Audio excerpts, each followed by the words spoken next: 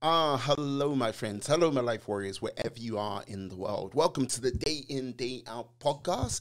This is episode 104, where I had the immense pleasure to have George Boley on. He is a entrepreneur, expert retail property investor, author, fitness trainer for the last 20 years as well. I've got to say, this guy is a very definition of hard work and a man with a plan. He is also a co-host of the Real Talk with George and Fraser podcast as well.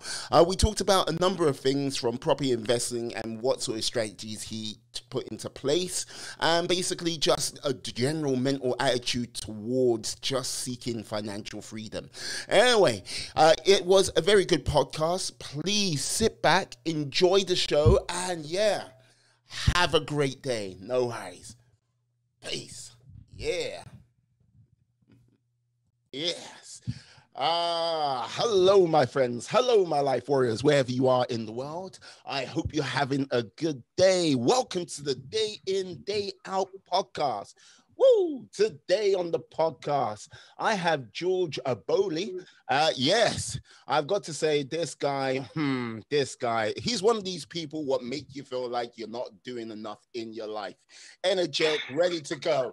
Yeah, look, put it this way. This is how it goes. He's an expert real estate property investor, author, fitness trainer. He has done a couple of martial arts, maybe a little bit more, where he's at a black belt level. So yeah, make sure if you ever get into an issue with this man, run 300 yards and you'll be but make sure you can run him for 300 yards. George, how are you today? I'm doing great, sir. Thanks for having me on the show. Yeah, I'm happy to have you here. I've got to say, look, there are people which do like one or two things and want to be good, and but when you're talking two martial arts, from what I can see at black belt level, that's impressive. Like basically property investment and author, as well as I forgot to mention, had like starting a podcast recently, George and Fraser, Real Talk with Yeah. George and Fraser. Yeah, what drives you? Well, what drives me is, how do I say this? I had ADHD as a child, so I still have it. I was fortunate enough that it wasn't suppressed with Ritalin and things of that nature. Mm, So it gives me the ability to, as an adult, to multitask. And if I have idle hands, I feel like I always need to be doing something. That was actually the reason why my parents put me in martial arts at the age of 7.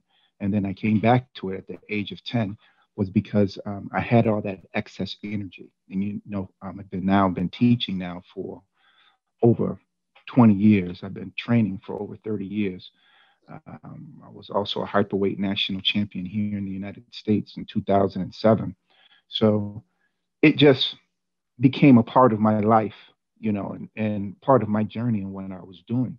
Some of my happiest times were doing martial arts, and some of my worst times were doing martial arts. But martial arts was always what brought me back to my center, mm. and it helped me start my personal training company back in the late 90s, early 2000s. And from that income, I was able to buy my first house, our townhouse that we lived in for almost 10 years, to start my real estate journey. So, saying that to say that you don't know where you're going to land, but if you do it out of the love that you have for it, then Mm. you should be okay. So, everything that you see that I've done, I've done out of love. I still teach classes now online to my students, even though we're stuck in this pandemic phase, maybe going into a second wave. So, I'm still evaluating houses for real estate and doing all those other things too, while doing, it's just day in, day out. If I'm not doing these type of things, I don't feel like I'm doing something. My God. Yeah, no, I hear you. Like, this is the thing. Like, as they say, idle hands makes the devil's work. Especially if you Yes, got sir. with ADHD. Yeah, you know what I mean? It's like it must have been I imagine a little bit frustrating when you were a child, where it's like people were telling you to focus and stuff like this, and you're like, okay, I've got this energy, want to use it, and trying to find that real focus. Like, and martial arts was Yes. the thing. Yeah, it was. I was fortunate enough that I was trained overseas when I started. Mm, So my martial arts training was a little bit different because in the United States, they say they like to train hard, but they really don't train hard. It's more of a hobby for them. Like mm, if you go to other countries like South Korea, it's a curriculum. If you go to the Dominican Republic, it's part of their curriculum.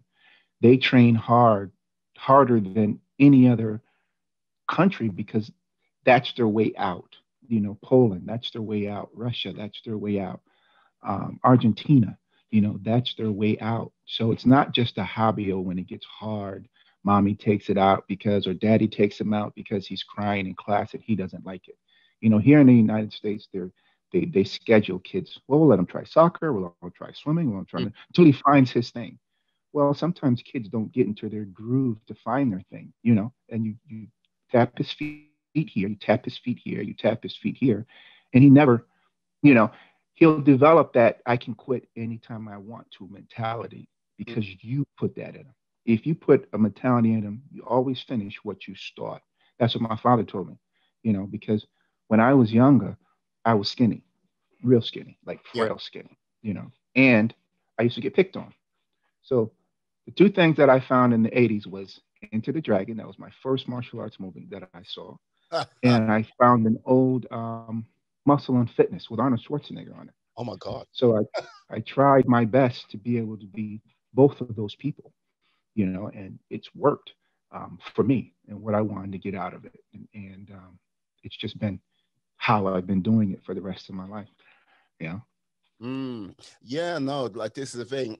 With that sort of, yeah, start what you finish. I think it was Kevin Hart. Like he like signed up, I think, for baseball or something like this. And he was like, yeah, I'm done. I can't be doing this. And like his mother went, no, no, no.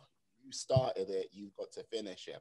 And you can't do that. If you quit before you actually finish, it's not going to set you up for life.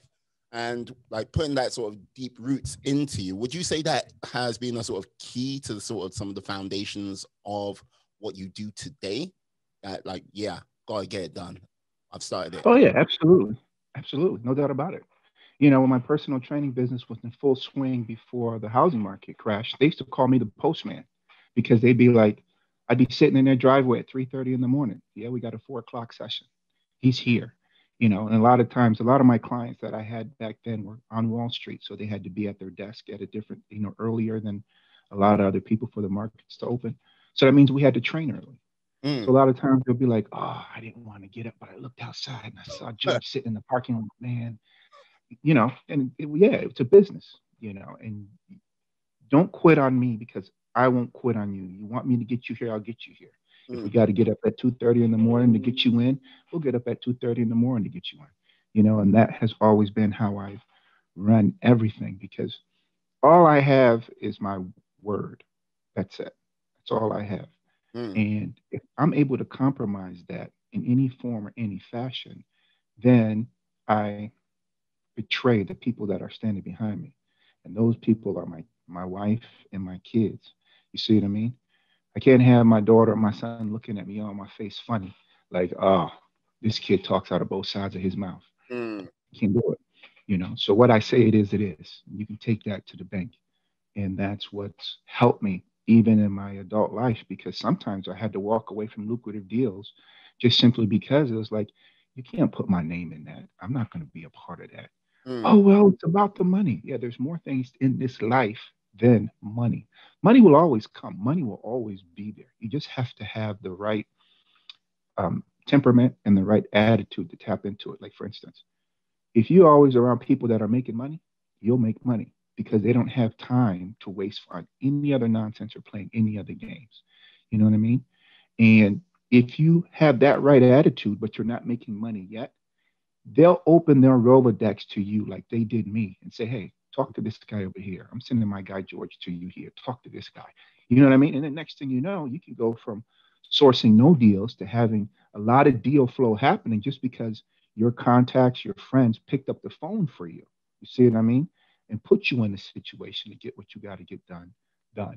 And that's some of the things a lot of times that we forget. We try it a lot of times, but we invest that Rolodex into people that don't have the fortitude to complete what they started. Mm. Yeah, like one of the things I would say with that is like in this day and age, like for example, if you're using like LinkedIn and everything like this, you've got like people get thousands of contacts and everything like this, but they don't actually sort of invest in the time to build a proper relationship. They like, oh yeah, I've got 5,000 like connections, and it's like, oh, that's great. Yeah, if you picked up the phone, would they really know who you are? And they'll be like, I'd say open up your Rolodex, as you just put it, to sort of like go, yeah, I'll do you a favor here, do you a favor there, like no skin off my nose. I don't think there are many people, like the vast majority of people don't understand that or have that sort of connection right now. They can get it, but they haven't worked on it. No, your connections are probably about five, maybe 10 people that you surround yourself with. Mm, Uh, if you're really, really, really into it. I mean, social media has been the new thing for everything. So if you're upset, go to social media and complain and rant. If you feel like boasting, you go to social media and post your pics. You know, if you feel like marketing something, well, there's 12 million people in this particular place. See if but they forget the fundamentals that each one of these relationships have to be cultivated. mm, You know, if they're not cultivated, then they're not even just relationships, they're just contacts and people that you have that if and maybe. And so that's why you see a lot of people when they get in business, they fail because they go, oh, well, I got 18,000 contacts. Yeah, but those 18,000 contacts don't know you.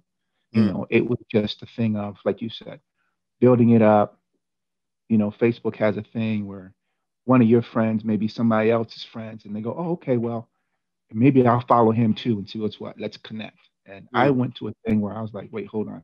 I know some of these guys I went to high school with and people I went to high school with, college, so forth and so on. But if I don't know you, there's no sense in me connecting with you. You know Yeah. what I mean?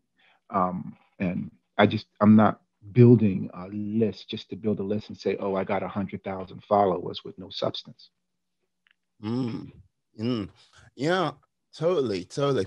So, answer me this. So, you're doing well as a personal trainer. Like everything's like going well. You're basically you're the morning dread for many a sort of like, like this son of a bitch is there again. Like, yeah. So why did you sort of do a transition out of that? Because you said, yeah, it got you your first place. So it's like, yeah, townhouse. And then you switched from that. Well, when I was at my height, I was doing all the personal training myself. I was in home where I would go to people's houses and train. Mm, So before the housing market crash, I had 10 clients that I would see Monday through Friday, literally working from 4 o'clock in the morning to 8 o'clock in the morning, sometimes 9 o'clock. mm, Um, no problem with that. But what stopped me from building that and moving forward, it was the housing market crashed. When the housing market crashed, everybody pulled back. A lot of those clients that I told you about lost their jobs, so their wives had to go to work. yeah. So the money stopped flowing. So I wasn't too devastated by that because I still kept a lot of my core clients that I still have today. So in other words, I went from 8 clients to three, Yeah. you know, and still doing that. So as long as they are training, I'm training, you know. But I also had enough income now from that particular business to do what I wanted to do was jump into real estate because as a martial arts instructor, um, I became an assistant instructor probably in 1997. So I learned a lot about the martial arts business. And it's a great business when you have 300 students paying you $100 a month. Oh, wow. Okay. And you can make a great living. But every martial arts instructor that I know that has sold their school when they're done has had to come back and do something else outside of a few years because they don't have that income coming in like they did when you had a school You Mm. see what I mean? And the students giving you the income every month. They just didn't. And I learned from there, like, that's not going to be me. I know you can't kick and punch forever and do this forever, but when I'm done, I'm not going to be back 2 or 3 years from now because I'm broke or, I didn't plan accordingly. Now, when I'm done, I'm done.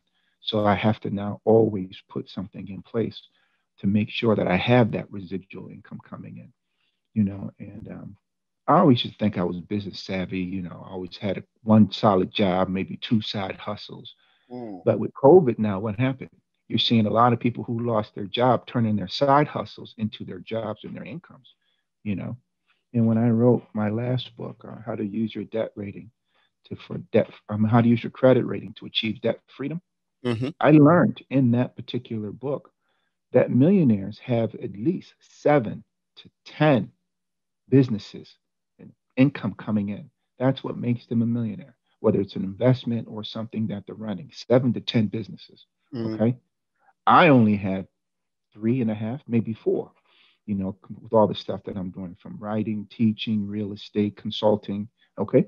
So I'm not even on the cusp of getting another 3, maybe 4 businesses. I'm Yeah. short.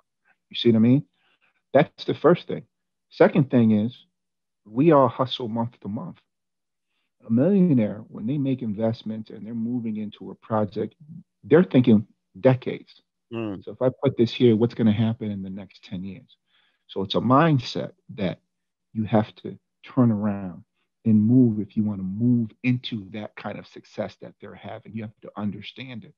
And it was very eye opening for me writing that book because I thought I knew a lot. And then after I started doing all the research and writing the book, I was like, wow, I know some things, but I didn't know all of this like that. So I was very grateful in that process to learning because it also helped me. Like I said, you Mm. know, I may have 3, maybe 4 things working right now that I'm working on and I'm doing daily actively, but I'm still short. I need like 3 or 4 other businesses to get to get to their particular level where they're at right now.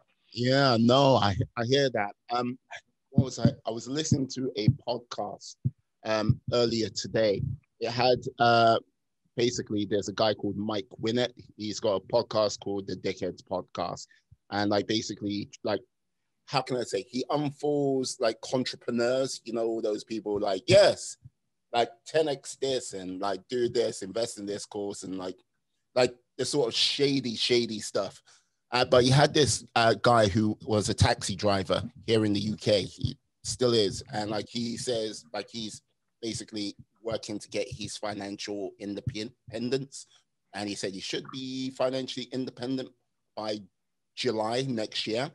And one of the things like they talked about was like reducing costs. And like he was like, it's all fine and good reducing your costs on a month to month basis, but getting extra income, that's the winning formula because there's an infinite upside on income coming in rather than, you know what I mean? Just like you said with your, like, yeah, like you're on 3.5, like 3 businesses right now.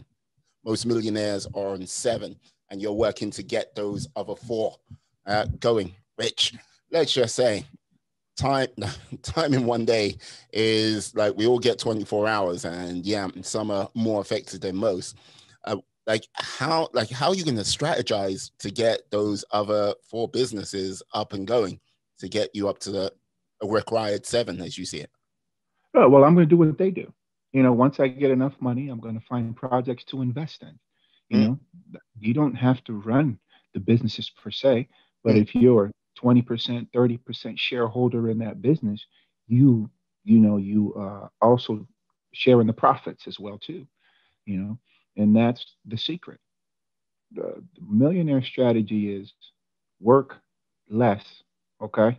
mm-hmm, But think about it. So you're working smarter, not harder when you're doing these things, okay? So if you attach your income to another business that's a viable business and the business takes off, you get a piece of that valuation. Now you can pull, like I said, pull the profit every month like everybody else, or mm-hmm. you just wait till the business gets sold. When the business gets sold, they take that lump sum and you turn around and do it again. So it's also investing as well to be that strategy. Because I would, I'm doing good right now with all the stuff that I am doing. There's no way I can run 7 businesses. you know, just can't do it. And Mm, a lot of that strategy also is in stock market, how you're investing, what you're doing, and how you're doing it. So you got to get there first to understand it, but it has to be a strong and more conglomerate type of portfolio, mixture of a portfolio, mhm. in order for you to really hit those goals. And for me, I know that the foundation of my portfolio and my business dealings is going to be real estate because there's two things. They're not making any more land, and everybody needs a place to live. Mhm. Yeah. So like basically, like with doing real estate in New Jersey, like basically next door neighbor of New York, like New York State, everything like that. Are the property prices the same as New York, or are they considerably cheaper, would you say? Okay, so New York City, the property prices are skyrocketing. I mean, Mhm. silly high when it comes to real estate. New Jersey is the second densest state, so we have a lot of real estate that's overpriced here and a lot of high property tax. I think we're number three, but number one is California, and I forgot the other state. When it comes to property tax and property issues and being the most expensive. So we're in there with them. Mm. Uh, but if you go to upstate New York, where it's not as dense, you're more you can find better deals. You're more likely to find deals um, that would fit your needs and what you're trying to do if you're trying to get into real estate. Now, hey, Like if you got a million, Poughkeepsie, Fishkill, like Poughkeepsie, Fishkill, Newport's, that type of area. oh no, I'm talking all the way north. I'm talking Oh, about Catskill. Buffalo, Rochester, Syracuse, all the way up there. Wow. You know, yeah. So yeah, then you'll be able to find something. If you're just getting into real estate, that would be a great place to start because now you can get into a property for $30,000, $20,000 there. Mm. To start that process here in New Jersey, even in urban areas, you're still looking at 70, $80,000 plus. Mm. You know, better areas in New Jersey, you can't even touch it 300, 400,000. You know, easy, and that's just to buy the house before you rehab it. Mm. Sometimes it's a little bit more expensive depending on where you are. So That is painful. But like, it's painful on one side, but I can see the sort of upside and opportunity on the other. Like when people go, oh yeah, I'm gonna buy a house. Like I'm in London, and so this is like one of the richest, like most expensive, I should say, cities on the planet when it comes to housing. And like so, when you go 30,000, that it kind of like a for a place. It kind of my sort of perspective is warped, if you get what I mean, because I yeah, see everything kind of higher, always higher, always higher. So basically, for anyone to go $30,000, that is in the reach of quite a lot of people if they just like had the discipline to like put in order their finances and get that sorted, if you know what I mean. yeah. I mean, it definitely is. But there's two things. If you're going to go into that market, you have to know that market. Mm, Because I grew up there, I know that market very well. So I know what can and can't happen. The problem with real estate investing is um, a lot of gurus sell these courses about real estate investing, but they leave out many of the main things that you need in order for you to be successful. Like in my book, the one I wrote, Property Management Basics for the Part-Time Landlord, I break it down as if you've never owned a property before. mm, Okay. So it's just like you have your first property. What do you do? No, if you're thinking about going into real estate, this is the book for you simply because I give you all the scenarios I went through when I bought my first investment property. mm, Put in your social security number. Do you incorporate? Uh, these are some of the things you're going to have to think about if you plan on doing either. How do you find a property? How do you build your team? How do you manage a property long distance? You see what I mean? yeah. So you have to be able to put all those things in place if you're going to be successful. The problem with a lot of real estate in the US is if you do a Google search and says 50 best cities to buy real estate in 2020, well, a lot of people will do that search and they go, oh, wow, there's a house in Kansas I can buy for $15,000. Okay, that's great. But do you know the Kansas market? Mm, Do you know where the house is? Is it a house or is it a lot? Is the house still standing? Do you have a team in place to help you rehab the house and rent it out? Do Mm. you have people in place that can do this or do that? When the phone rings at night, who do you call? You see what I mean? If Yeah. there's an issue with the house, if they're not paying the rent, how do you get the rent out of them? And so those are all the things that you have to understand if you're just going to go into that market.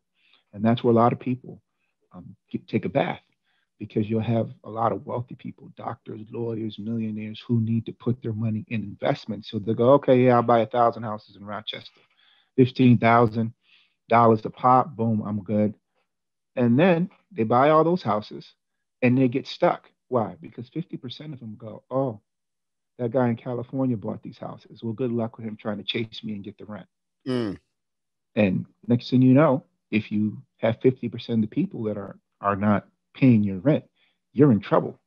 So now you have a huge portfolio, but with only a 50% performance, you actually lost money, because now you're either selling your properties piecemeal to get rid of the problems that you're having with the tenant, or you're stuck expensing money, meaning paying the mortgage on the tenants that aren't paying, and you have to take legal action to get them out. You see what I Mm. mean? And so now it becomes such a huge headache. You just walk away from it and be like, I just sold the whole portfolio, man. I didn't do it. And that's happened time and time again, Mm. because they don't, they're just investing their money into the ideal. They don't take the time. Like I was saying before, my other four businesses will be investments into businesses. I'm not running those. So whether I do it by myself or I do it with a partner, you see what I mean? Yeah. I'm still investing my money into something that he's doing. And so that's how a lot of people get caught too. They'll have an investor come in, oh, I'm doing this, I'm building 1,000 units, or I'm buying 1,500 units down in Florida. It's a great place to buy, and so forth and so on. And it looks good on paper, but you don't have the wherewithal to ask them all the questions that need to be asked before you invest that money. You see what I mean? Yeah. No, no, I see. I see it. It makes me curious. Like, when you first started, what is the one question you wish you asked when you like first started on the first property, where it's like, or did you have all your bases covered? I thought I did. I actually went from page and a half leads to almost 7 pages over my real estate experience when it comes Yeah. to leasing, because all the bad experiences that I had when it came to real estate, I also had to add those to the lease. Like for instance, I had a tenant once tell me that I had to come and plunge her toilet because the toilet was backed up, right? And it was the middle of the night. She called me. The toilet wasn't flushing. I said, okay, you can just go ahead and plunge the toilet. Oh no, I have an issue with my back and I can't plunge the toilet. Well, who else is supposed to do that? Well, you're the landlord, and you don't have, you're supposed to fix everything in here. Even the toilet's supposed to be working. Well, the toilet is working. You just overstuffed it with toilet paper. That's why it needs to be plunged. Well, I can't do it, and my toilet's not working. Okay. So I called my brother. He went over, plunged her toilet. He left. Two things happened. I didn't renew her lease because she was on a month to month. Okay. That was the first thing. Yeah. And the second thing was I put in my lease agreement that the tenant's responsible for all the uh, non-essential maintenance. You see what I mean? So plunging the toilet, changing the light bulbs, vacuuming. You're all responsible for that. Making sure my refrigerators are clean and stuff like that. You're all responsible for that. So don't call me if you have an issue like that.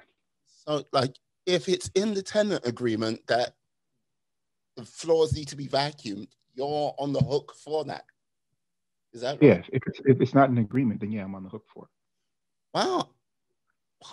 It's like, no, it just surprises me because I would thought, like, yeah, it'll be common sense. If your floor needs vacuuming, you vacuum your own floor. But that's, No, you're absolutely right, and it should be common sense, because my mentality was I never rented a property that I felt like my family couldn't live in. mm, So while a lot of investors would be like, "Oh no, you don't want to do all that to those properties because the tenants would just tear them up," I'm like, "No, but there's a certain level of living that I'm used to that I want my tenants to have if they're going to rent from me." You know what I mean? And yeah, there's a lot of tenants that came in, saw how good a lot of places were, and tore it up. They weren't used to having those kind of things in those apartments. But I learned from that. I learned that everybody says yes until they say no. And they say no once the ink is dried on the piece of paper. You see what I Mm. mean?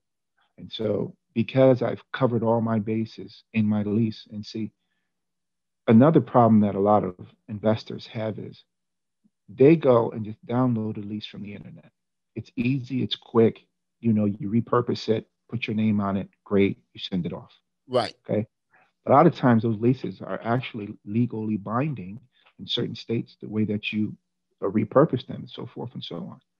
Here's the piece: that lease is generic. That lease is not custom for you. Mm. So if you are writing a lease, you want to make sure that your lease agreement has everything that's beneficial to you, the landlord, right? And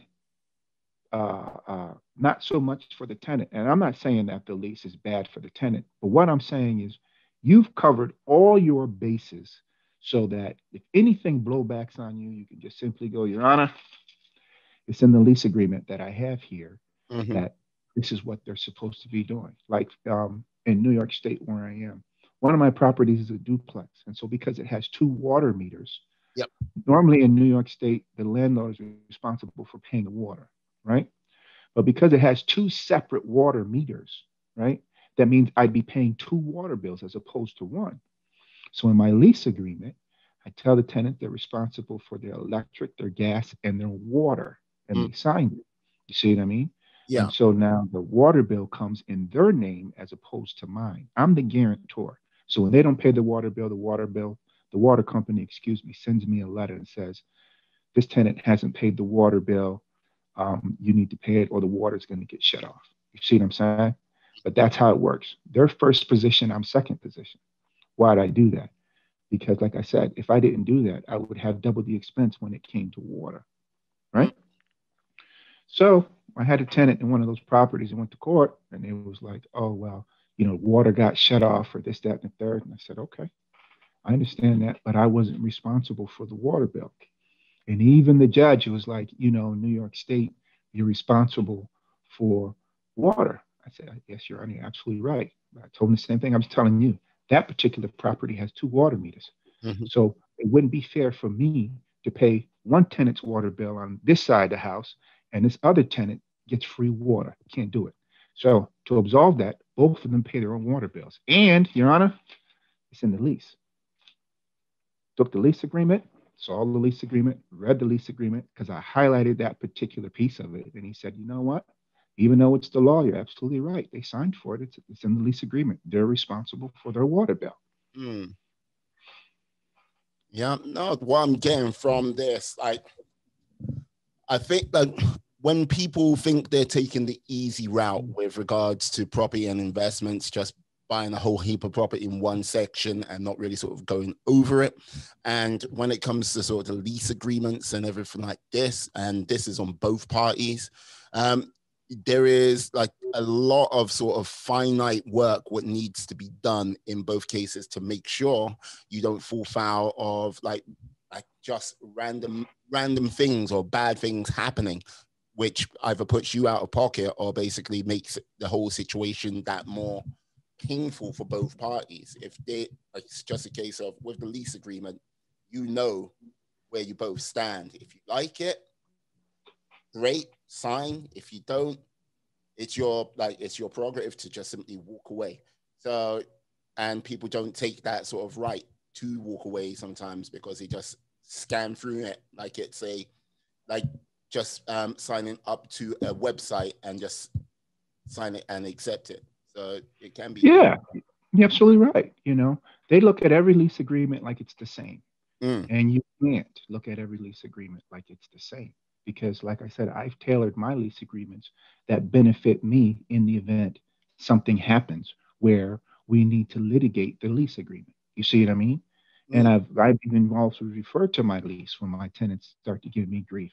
According to the lease that we signed, X, Y, and Z, boom, boom, boom, boom, boom. You're responsible for this. You're responsible for that. If I had one tenant ask me, well, what are you responsible for? I'm responsible to make sure that that mortgage gets paid on that house so you don't lose a place to live and I don't get foreclosed on. I'm responsible for this on the outside, which you're not. You're responsible for this on the inside. Okay. Oh, I didn't know that. Why would you? That's not part of our business arrangement. Yeah. You see what I mean? Yeah. Look, you get to see the nice shiny outside. You don't get to look under the hood, as they say. Mm-hmm. Yeah. So with this, like, how, like, may I ask, like, how big is your property portfolio now? Do you have two properties, or is it like, yeah, like I'm secretly speaking to someone who's like got like this property empire that's like looking to take over the next state? Where you at? Well, I'm just going to say I have enough properties to write a book about Okay. it. It's like a, no, what? Oh, it's like a, yeah, it's like a, thank you. It's like, I will not press you any further with that. Okay. Okay. Or should I put it this way? Like, would you say you are, like, if you quit your job tomorrow, are you now financially independent? No, I'm not. Okay. And it's not that I couldn't be. Mm-hmm. It's just that I have a goal. Like my real estate right now is probably 50% as far as monthly income where I want to be. Mm-hmm. So until I get to that 100% of rental income coming in, then I won't be satisfied. Now, yeah, there's enough money coming in, so to answer your question honestly, that if I didn't work another day in my life, I could take care of my family. Mm-hmm. But in the event of anything, like kids going to college, anything major happening, it wouldn't be enough money to, you know, keep us going per se. You see what I mean? And so I want to put a cushion in place where I can go, "Hmm, okay, I'm not a big spender, never have been. The Mm-hmm. cushion really is not for me to sit here and boast and go buy $1 million car or 100,000 car, or, you know, that's not the point. The Yeah. point is, if you ever get stuck, you don't have to fall back into the market. And that's where a lot of people make mistakes. You have enough cushion, 5,000, 10,000, $7,000 a month coming in. But if you ever get stuck, you got to cut a $30,000 check. You got to cut a $50,000 check. Mm. That $5,000 to $7,000 is not going to give you what you need to cut that check. So either now you got to pull from something, or you have to So go that, back into the workforce, yeah. so sell the house, or go back in the workforce and hustle. Mm. You see, and in real estate, property damage can be anything from $300 to $10,000 worth of property damage, depending on how mad the tenant is at you or what's broken in the house. You Mm. know, put on a brand new roof here, um, probably about $25,000. So you can see that um, your little $6,000 or $7,000 that you may have a month coming in may not cover that roof repair. Now Mm. you got to take a loan. You see what I mean? Yeah, yeah. And then service that debt for a roof. So me understanding all of that, I'm like, now I need more than enough to sit here and make sure that I cover all of that. Make sure that that's never not an issue. We're never scrambling. I'm never short. You know what I mean? To make sure that it's there, because even with real estate, I'm not going to be the guy just to keep buying properties just to buy properties. Mm. I have a partner of mine. He's like, I want 1,000 units. Okay, good. God bless you. Okay. I don't want 1,000 units because I know what it takes to manage the units I have. You see what I mean? So I want just enough to get me to where I go, Yeah. where I want to go, and then I'm done. Because even in this, when I'm done, I'm done. When I'm done kicking and punching and teaching class, I'm done. I'll still be training, but I'm done teaching. Yeah. You know, when I'm done with real estate investing and building my portfolio, when I'm done with all of that, I'm done. I'm not going back to it just to say, oh, I bought a hotel casino in Tennessee, or I did this. There's no boasting in that for me. I need this particular number to come in every month to make sure that all my expenses are paid and I have that extra just in case. Mm. Okay. Even like I said, you know, you get one or two bad repairs, and then next thing you know, you're still sitting there fighting for your life. And even though you can sell that house, you don't put those $7,000 to $8,000 worth of repairs in that house to sell it at the price that you want, then you're going to lose money because somebody's going to walk into the house, and even though you know it costs your construction guy $7,000 to fix it, Yeah. they'll walk into the house and be like, "Oh, there's $30,000, $40,000 worth of repair in the house. You want this for it? Well, this is all I'm going to offer." Mm. See what I mean? So you're damned if you do, and you're damned if you don't anyway. So you still got to pay that repair if you really want the price point that you want for the. Oh, George. Okay, give it a moment. Give it a moment. Is he coming back? George, George.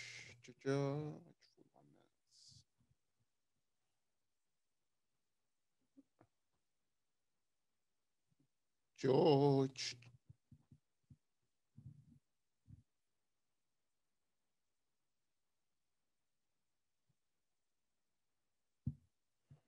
Uh-oh.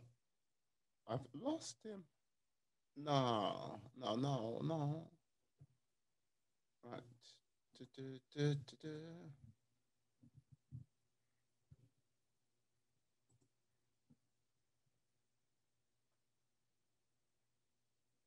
George. Okay, chat. Okay.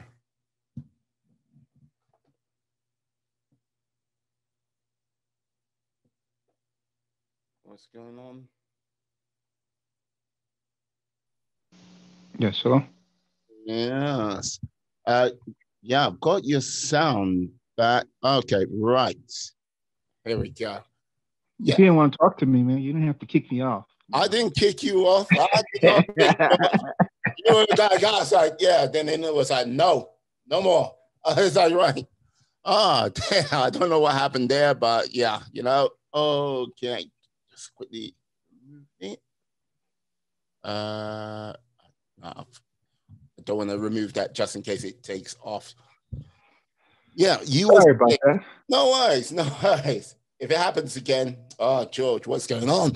Yeah. You like you were saying, you're basically here we go. Like if there's an unforeseen bill which comes into play, you want to be able to cover that sort of bill rather than not. And what was you saying after that before it all went, aha, see you later? No, I mean that's just my point. That's just for me, you Mm, know, and that's my goal to be able to do that because I want to be able to have. I'm working so hard so I can have a certain type of quality of life for my wife, like even my wife. yeah, The reason why that number is a lot bigger is because I got to retire my wife. I don't. My wife is not going to work till she's 65. You know, when I'm out, she's out. You yeah, see what I mean? Because there's things that we have to do. Like, I promised the kids we would travel before they go to college and do all these other things. So everybody here is making the sacrifice for me to get to that point. So when I get to that point, you know, I'm done. I'm going to be waking up naturally, no alarm clock. If I'm in Italy, I'll just be in Italy. As long as I have an internet connection, I can transpire business. If I'm on the beach in Spain, I'll just be in the beach in Spain. As long as I have an internet connection, I can transpire business. If I'm home in Liberia, as long as there's an internet connection in Liberia, I'll be there transpiring business. We won't be calling anybody. My wife, because she's in the medical field, so she's an essential worker. mm, So we won't be calling anybody to beg for days off. When I'm rested, I'll come back. You see what I mean? yeah. That's my thought process. I could just see it now. It's like you walk in one day and go, baby, I've retired. It's like, That's it. No, no, no, yeah, not yeah, I. yeah. We're, If you were, we're retired. That's right. We're retired. I've We're done. retired. She goes, Yeah. what about me? No, Well, it's like, no, no, it's just like get out, just get out. No, just get out. And I was like, Now, the reason why I asked this is because it goes back to what you were talking about with the like people who own their own martial arts, like dojos, like centers where they had 300 like people there paying £100, like $100 each and every month to like train, and then they have to come back. Like the whole thing is, I think it always stems out of a realm of not having that sort of financial education. Like, because like it's one of those things you can go, okay, I got money here coming in, I've got money here coming in, got money here coming in, and you're like, oh, everything's good. But if you don't have that sort of financial education to put a comprehensive plan together, you are going to get stuck quite quickly. And if you've decided to be fortunate enough, well, to be fortunate enough to work hard enough to get that early retirement, no plan, you're somewhat like doomed, stuck, and you'll be back Yeah, in the there's workplace. no doubt about it. You know, think about the people that win those lottery tickets. And then Mm, you find out 3 years later that they're broke. Well, why are they broke? Because they didn't have the financial planning in place. You got to realize that once you pay your taxes and once you've done all that, that $1 million or that $10 million or whatever it is not what that ticket is. It's not. Okay. Some people are smart where they take the monthly plan so they have that money coming in for the next 20 years every month. But a majority of the people don't. So if it's $10 million, if you say, okay, I want all my money up front, it's not $10 million anymore. It's only 5 million. And then from that 5 million, you got to pay all those taxes on it. Okay. And at 36% and more, how much are you going to take? How much are you going to bring home? Then you throw your hands up and say, hey, okay, great. We're retiring. We quit. You buy the house that you feel like you need to live in. You buy other toys that you feel like you wanted to buy. mm, And the next thing you know, you forgot. Oh, I actually didn't buy the house outright. I'm paying a mortgage on it. yeah. Oh, I bought the car because I just figured I would buy the car, but eh, now I got to pay the insurance on the car. And I Mm, got to pay this and I got to pay that. And, and the next thing you know, slowly but surely, a large majority of those individuals are bankrupt. They're broke, lost the house, did this, did that mm, because they didn't plan enough to say, okay, well, this is what I want to do and how I want to do it, you know. And then when you hit it, you hit that ticket. Everybody comes with their hands out. Family members you haven't seen since your son's christening. Hey, got a story, this, that. Can you cut me $5,000, $10,000? You keep cutting those five or $10,000 checks, and the next thing you know, you're broke. You know, because it was just piss poor planning, and that's the biggest thing in any educational system I've seen. They don't teach finance. yeah. That is something that is learned by your parents instilling in you. Some of the wealthiest families in this particular country, the reason why they're wealthy and they stay wealthy and it's generational is because the parents instilled that into them from the time that they're young. Like my client, my client gave his sons and his kids allowance. Then he said, okay, with this allowance, you're not just going to buy stuff. We're going to play a game. I want you to invest this in the stock market. And the person that makes the most money from investing in those stocks, he's going to get another gift from me. So now he made it competitive. But what did he do? He put that seed into his kid's mind Mm, about investing in the stock market, doing research on companies, this, that, and the third, so forth and so on. And boom. And on what did he do? He liberated his entire kids from being dependents because he's like, oh no, I already taught them how to invest. And on top of that, that money that I was giving them for allowance is now yielding returns from them year in and year out. mm, See what I mean? So now I don't have to sit there and cut him a $200,000 check, a $500,000 check. He already has that in the stock market. He understands it. You know, we on the other hand, we're so used, um, people in our culture, we're so used to living paycheck to paycheck that we never understand the value of compound interest. We mm. never understand the value of compound interest. Okay. No, Go ahead.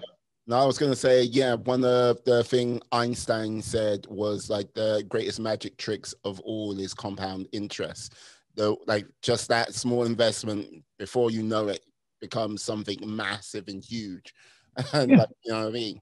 And like this, the whole thing is like, okay, if someone started working at McDonald's and they were investing, say, a portion of their like wages into the stock market or like into investments here, there, and everywhere.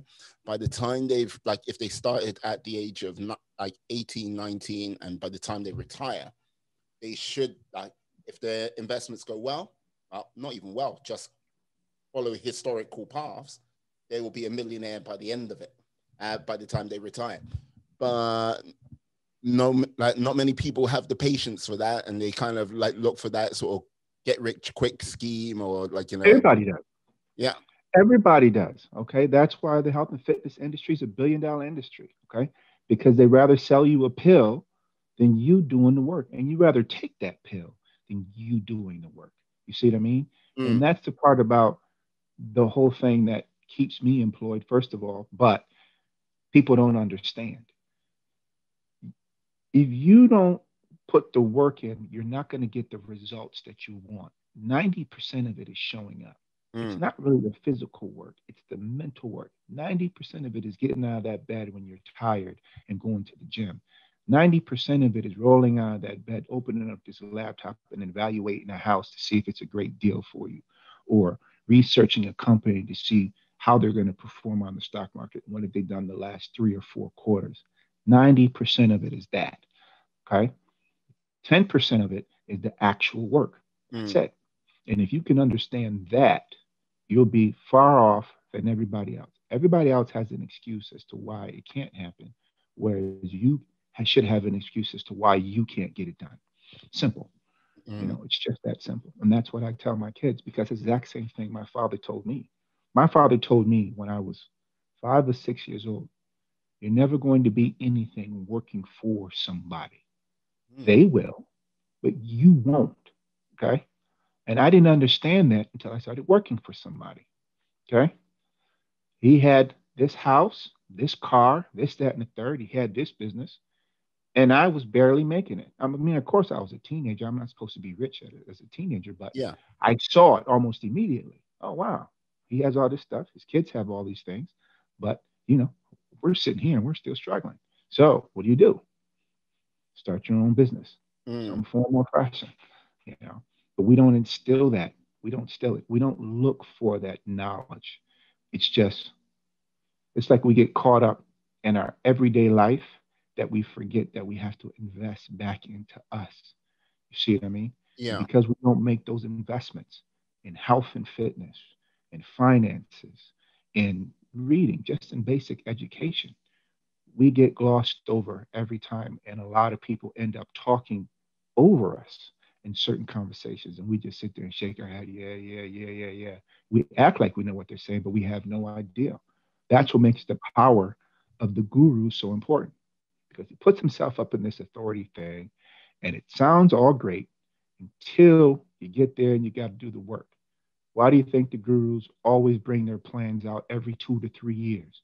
Because they have to replenish that funnel of people that dropped out. What they don't tell you is dropout rate for a lot of their courses and programs are in the 60, 70 percentile range. Okay. Why are they dropping out? Because it was great spending the $500 or whatever it was to buy the program. mm, They don't have the fortitude to do the work to get to the success, quote unquote, that some of your top students had. See what I mean? Second piece to that is what a lot of gurus will do, and a lot of people don't know, is those quote unquote students that they had to work with those students to generate what they call case studies. You see mm, what I mean? For their proof of contact or proof of concept to sell their ideal or their business or the thing that they're selling you. All right. So yeah, a lot of those students didn't pay the price that you're paying. They either got that stuff for next to nothing or free because the guru needed that case study to say, oh, this is one of my students and he's making $10,000 a month doing this, mm. blah, blah, blah, hook, line, and sinker. And you go, okay, great. So boom, you buy his course for 500, 2,000, $3,000, thinking that you're going to have some of those same successes, and you don't.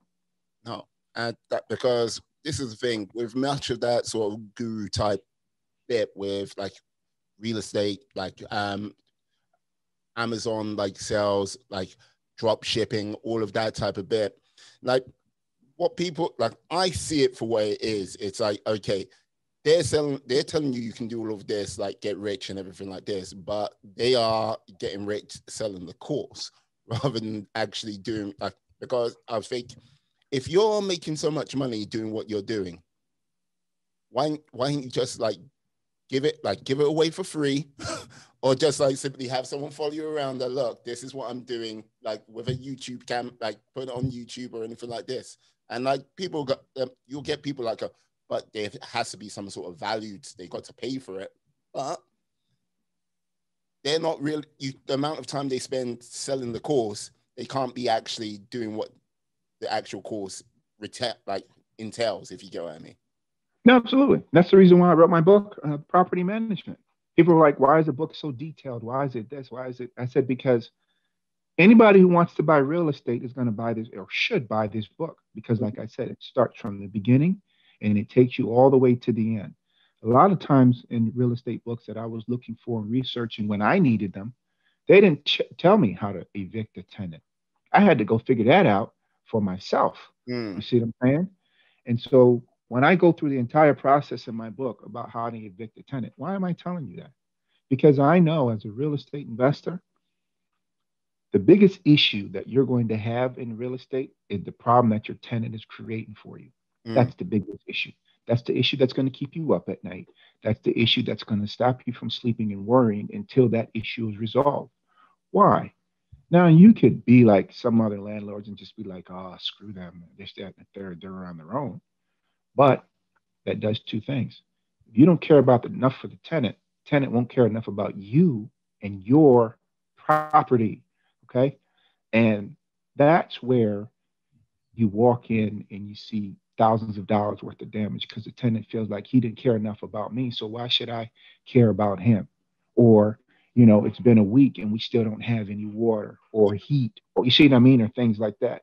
That's when you start having all those problems when you treat them like it's not a symbiotic relationship. You see what I mean? It's just, oh, it's what it is, and I'm getting mine, and don't worry about them. No, not like that. Okay. If you have a name and a reputation that you are trying to always keep and uphold, you would treat them like you want somebody else to treat you. Mm. See what I mean? And Yeah. so, me giving this book away, I mean, me giving all this information in the book, you know what it's done? Got people calling me, George, I want to talk to you about this. I want to talk to you about that.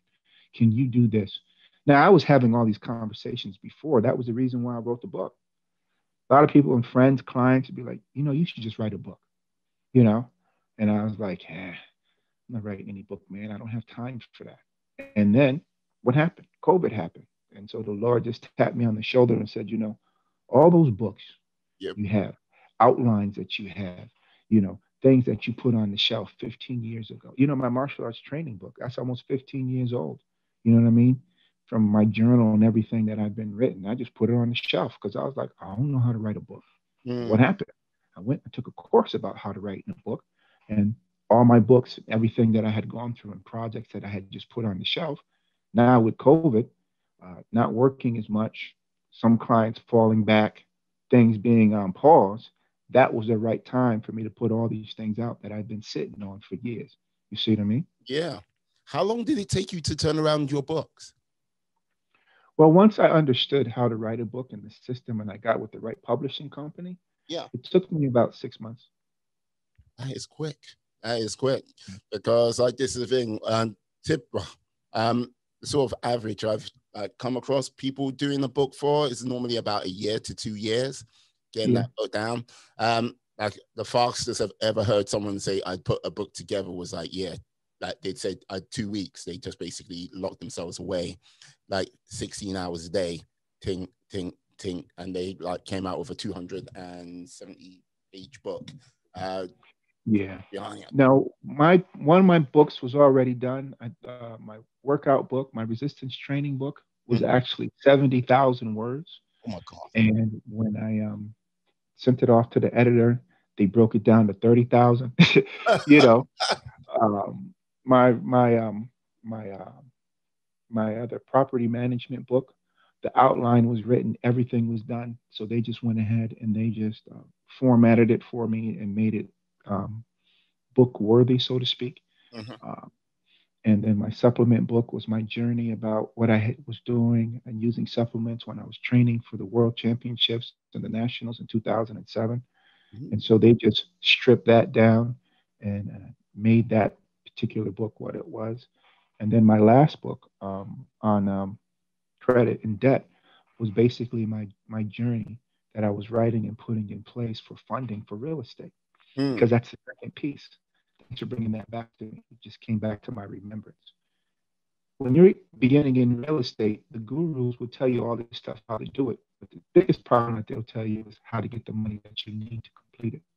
That's why a lot of people fall out in real estate, because they'll be like, you can buy a house, no money down. And you go, okay, great. And you go out there thinking that you can buy a house, no money down. And I can tell you, being in real estate for 15 years, I have never bought a house, no money down. Okay? Why? Everybody is smart now. So all the little ideas that they were doing before that, they know that. Anybody can read a book. Everybody, by the way, is buying your house with cash. No, they're not. They're financing your house. Okay? That's how they're getting the whole process done. And if you don't have your financing in place or the actual cash, that deal is not going to go through. But they don't tell you how to secure the cash that you need. For instance, you know, if you have $1 million line of credit, some lenders, even with that $1 million line of credit, want you to bring money to the table. Sometimes that's 10%, sometimes that's 20%, sometimes that's Oh no, son. Oh no. Okay. Wait. You're back. Yes. Oh no. yeah. And sometimes it's just the Wi-Fi, no big deal. Yeah. No. Um, You were but saying? what I was saying, on the $1 million that you get, all right, and if you're at 30% that you got to put down, that means you got to come to the table with $300,000 to have 300,000 liquid. Mm. That's just the 300,000. That's to complete the $1 million line of credit. It doesn't complete the money that you need for the points and the closing costs. So actually, instead of you needing just 30% of the money, you need 40 to 45%, sometimes even 50% of the money. Because on some of those loans, you're paying 2 or 3 points on top of everything to get everything done.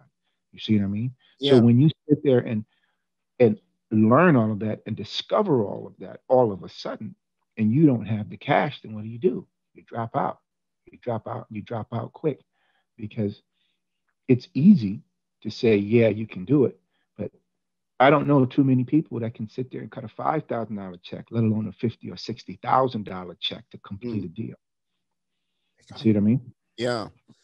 This is the thing. You are a wealth of like knowledge, like with regards to the sort of like knowing how to sort of play the finance game and stuff like that. Well, basically to get that sort of extra leverage, so you can basically take part in much of this sort of process. Like, have you ever, like, you've done the book, which is great and awesome. Have you thought about either putting this up on like YouTube, like with regards to talking about this is what you need to do, like to sort of secure a loan, or this is what you need to do, like to sort of build up your credit by either taking these credit cards out, that credit cards out, and basically just talk about just some of the pitfalls on a sort of week to week basis. No, and the reason why is because a lot of people are doing that on YouTube, and there's a lot of other smarter people than me Mm-hmm. that are doing that on YouTube. Where my niche is the combination of things. So, for instance, if you look at my book library that I wrote my supplement book to complement my workout book, because both of those work together. My workout routines and the supplements that I take. Yeah. Okay. I wrote my property management book and my book on funding and finance, because without the funding, you can't buy real estate. So that's how they both work for me. If I just break it down and say, oh, I want to do, and even though I paired it with real estate book for me, if you have the principles of funding and financing, you may not want to do real estate. You may Mm. say, hey, I want to go buy some franchises. You may say, hey, I want to open this beauty salon. Well, the principles are the same to source the kind of money that you need, is my point. But I just paired it with real estate because that's what I do every day. Yeah. Well, excellent. Excellent. Now, I have to ask that. I've got to say thank you for like sharing this wealth of knowledge and information about what you do, like how like the property investment markets, like you know what I mean. I feel a little bit more brighter on the subject, and like yeah, big thanks. And I think many a person out there will appreciate that information and knowledge you're dropping. Now, I just got to ask now, like George and Fraser. Okay, how did this come about? Because it's like, yeah, you are okay. You have just started this thing, and like I'm looking at your YouTube channel right now. Like you started 6 days ago, or you've started longer than that, but the first post is 6 days ago, and you've been like uploading each and every day. What is George and Fraser about? Well, you can also go to Facebook where we actually broadcast our shows live. Mm, Real Talk with George and Fraser. Um, Fraser and I met, believe it or not, on a real estate deal in Buffalo. He okay. had called me to ask me some questions about real estate investing in a property that he had was looking at buying in the Buffalo area. And me being from the Rochester, Buffalo area, we kind of worked on that particular deal together. So that's how me and Fraser met.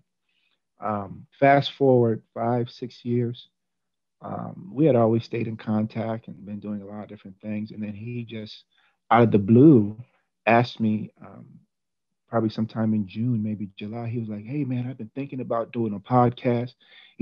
Besides that, Fraser also went to school for film, so Yeah. he has that particular skill set, you know, and TV and film. So I was like, you know what? I was doing a podcast before for my digital publishing company that I used to have. I used to do magazines, Combat Sports, Scrap Fight magazine, and Undisputed Fight magazine for boxing. Mm, So they were digital platforms where I would do a monthly magazine either for boxing or I would do it for MMA, which also included kickboxing and grappling and a few other things. And I ran that company for 5, 6 years, maybe 7 years until we just basically ran out of money and yeah. we had to close our doors. But I left the websites up. You can go to them, Scrap Fight Mag and .com and UndisputedFightMag.com to Nice. see the work that we've done over those years. So I used to have a podcast back then called Knuckle Up, and it was just a weekly podcast talking about news and sports.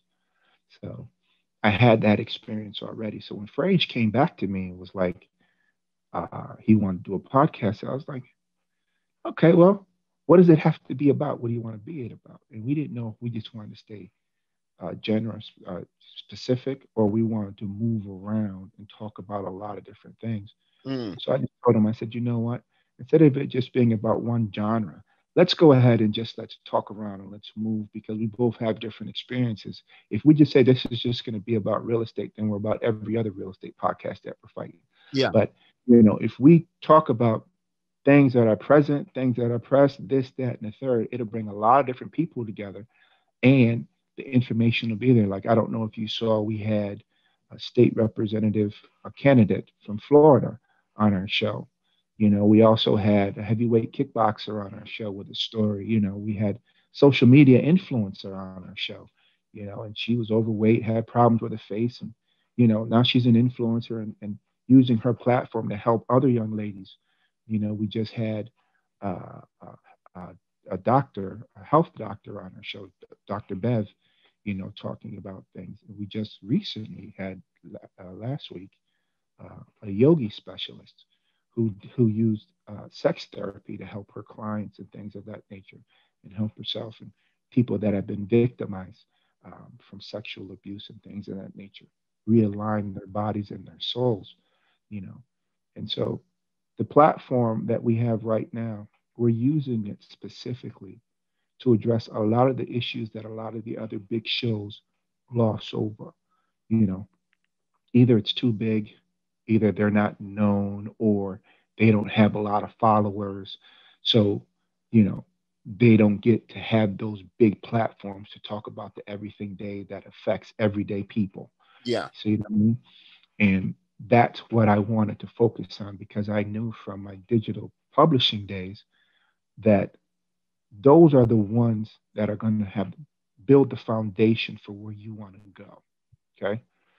Those kids, we had a journalist on, Marcus Benjamin from Florida, who came on and was talking about the need in Florida to build community centers for these kids to keep them out of the streets. Because in Florida, it's either sports or jail, or on the Mm. track to jail. You see what I mean? Because of idle hands. They don't have anything to do.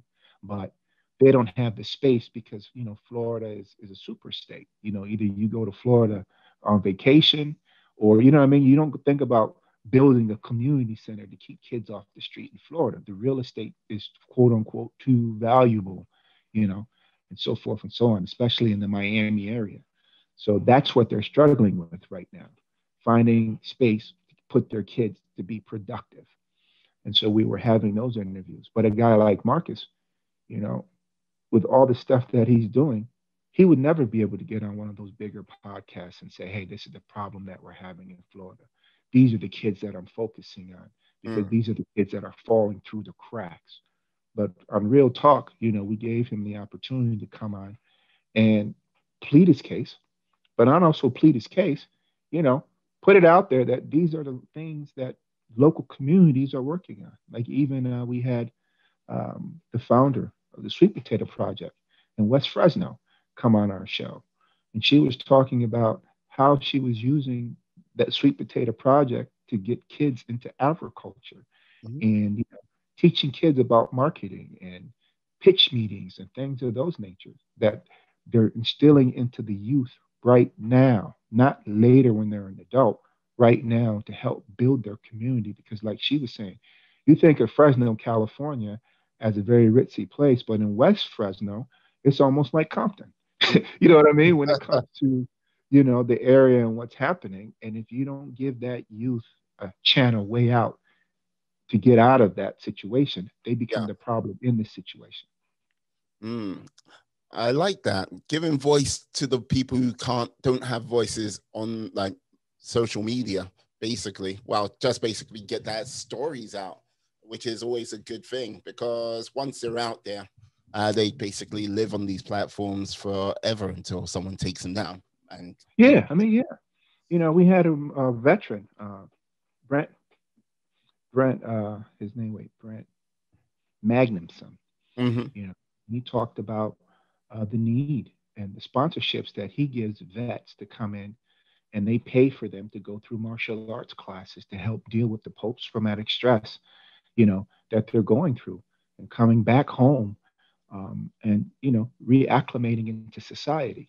And so, these are people that, like I said, PTSD in the United States is only, it's very politicized. They use it as a political football when Mm. they want to rally the troops.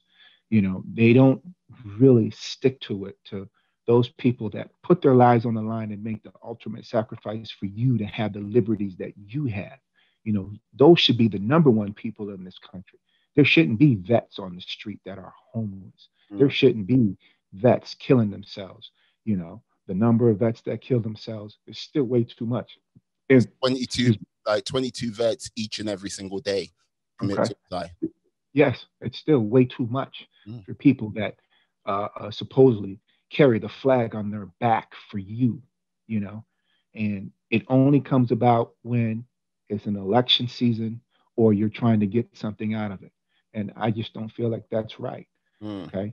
I don't feel like that's right, especially when you have a guy in the White House who would sit here and march for everybody else to go fight. But when it came to his turn, he got what he say? He got flat feet or bone spurs, and Yeah. he can't go serve. That's wrong. That's absolutely wrong. No, no, no. I hear you. And like this, the thing, with regards to like the way the way vets are treated in general.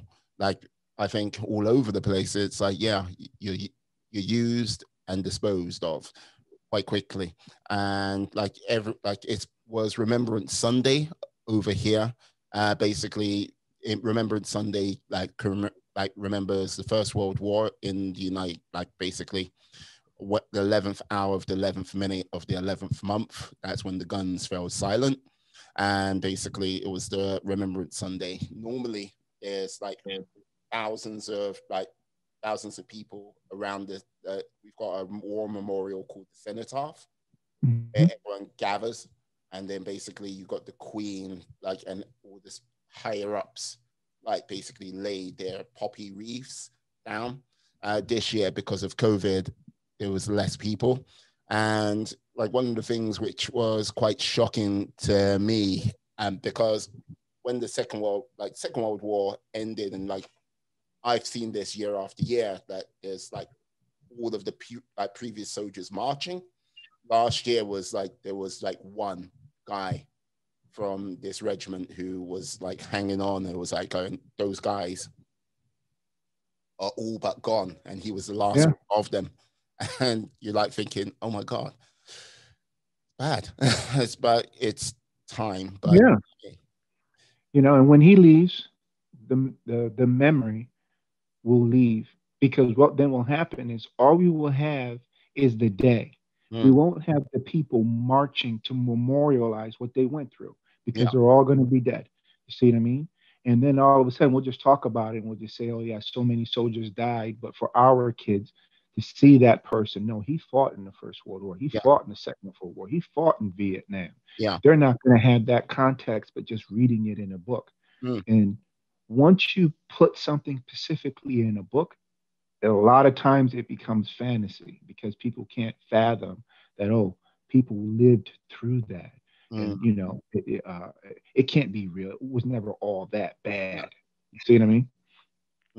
Yeah, I remember my first time ever coming to America. I was like working in a summer camp in Virginia, and we came in like it was like our first weekend over in the States, and they sent us off into Washington D.C. To go look around, do that tourist thing. We ended up in the worst place you could end up on Father's Day. We were at the Vietnam War Memorial, and like just like having people like coming up. This was like 1994, so it was like this was your uncle, and you hear people like, yeah, this was like that, like this was your grandfather, and it's just like you're hearing this conversations going on. You're like going, wow. It was a heavy day, and you could really got caught up with the sort of emotion of that like place. Yeah, I would say to anyone, yeah, go, but yeah, don't go on Father's Day. It will come. It will come to you greatly. Like, absolutely. Yeah. So may I ask, like, okay, you're doing the podcast, like Real Talk with like you and Fraser, and now what is on the agenda for yourself for say the next 12 to 18 months, you reckon? Well, the next 12 to 18 months is to get those 3 to 4 companies that I was telling you about, to make sure that I'm on par to have my at least 7 businesses going, you know, because I'm 46. I'll be 47 in February next year, 2001. I mean, 21. Okay. So I have a goal to, you know, make my first $1 million before I'm 50. You know, I haven't gotten there yet. Um, Close as far as net worth, but actual cash on hand, I haven't gotten there yet. Okay. So I want to be able to make my first $1 million clean by the time I'm 50. And that's my goal. So that's what I'm going to be working on. That's what I'm going to be working on, you know, in the next 12, 16, 18 months, because, you know, I got to meet my goal. When I was younger, I wanted to have my first house when I was 25. Got married when I was 25, but I didn't have enough money to buy a house when I was 25. So I set the next goal. I said, okay, in 5 years. And so, you know, after I started working, like I said, and developed my company, I had enough money. So by the time I was 30, I bought my first house, you know. Nice. So I'm very goal oriented when it comes to that. So because I have that goal, I have to meet it come hell or high water. So that's my goal in the next, like I said, get those next couple of companies to put me on that platform to get me to, first of all, my monthly number that I need in real estate, and then my complete net worth of assets and cash to be at least a million plus, you know, um, and climbing because portfolios grow, but the cash piece of it is where it is because you can have 10 houses in your name and that's an asset, but you still don't have $1 million till you sell those 10 houses. Yeah. You see what I mean? So you have a net worth that's up here, but your liquidity is low. Yeah. And if you need to sell those places in a hurry, it's never what you get, what you pay for it. It's loving it, loving it. Now, one of the things I always reveal to people who come onto this podcast, like, I am a being of immense cosmic power. Like, I would show you my powers right now, but no, it'll be shocking or all of that. Now, yeah, I have the power to grant you one wish. And look, before you even say anything, you can't wish for more wishes. You can't write down on the list going, I want everything on this list to like come true. And yes, you can't have world peace. What would your one wish be? I want quality of life. Okay. When you're used to being around money or having money, money doesn't do anything for you. Money doesn't buy you happiness. For me, it's just a tool that I need to get to where I want to go. But the quality of life that you have in this life is what the most important thing to me. I want to have a quality of life where I'm able to run with my grandbabies. I want to have a quality of life, like I said, where I can wake up naturally and not looking at the clock or worrying about this, that, or a third. Because when I die and my kids put me in the ground, I can't take any of that with me. I've been to a lot of funerals, but I've never seen, the coffin hooked up to a U-Haul. You just can't take it with you. So the only thing that I'm going to take with me are my memories. You see what I mean? And I want to be able to look at my kids, my grandkids, my great grandbabies and say, you know what? I did good. I left something for them. I did everything I was supposed to do. Like I'm a present father. I wasn't an absentee father. You know what I mean? Everything that's important to make them productive citizens, and I'll be able to take my memories and just smile and know, I did a good job. Was what I was supposed to do, not, um, dying with any regrets, so to speak. I wish I did, and this didn't happen or that. You know, Yeah. Quality of life. Quality of life. Superb, superb. Now, can you tell the lovely people out there how they can get hold of you, sir? Sure, you can go to georgeboleyjr.com. That's George Boley, B as in Boyle, Leyjr.com. Check me out there. Perfect. What I'll do, I'll put your links in the description. So yes, they can click, find you. Like, George, I've got to say this. Thank you for coming on today. Thanks for having me. Love chatting to you. Insights, yes. Now my mind's ticking away. Like, scheming now, coming up with goals I can get for myself. But yeah, thank you for coming on today, sir. It has been a pleasure. It has been an honor. Yes. And I'd like to say thank you to you, all of you, my friends, my life warriors who are out there right now listening to this podcast. Thank you for listening. Stay well, stay safe, be awesome, be excellent, be fantastic, be outstanding, be all the positive bees you can be in this world and then some. Have a great day. And yeah, peace. Yeah, and we are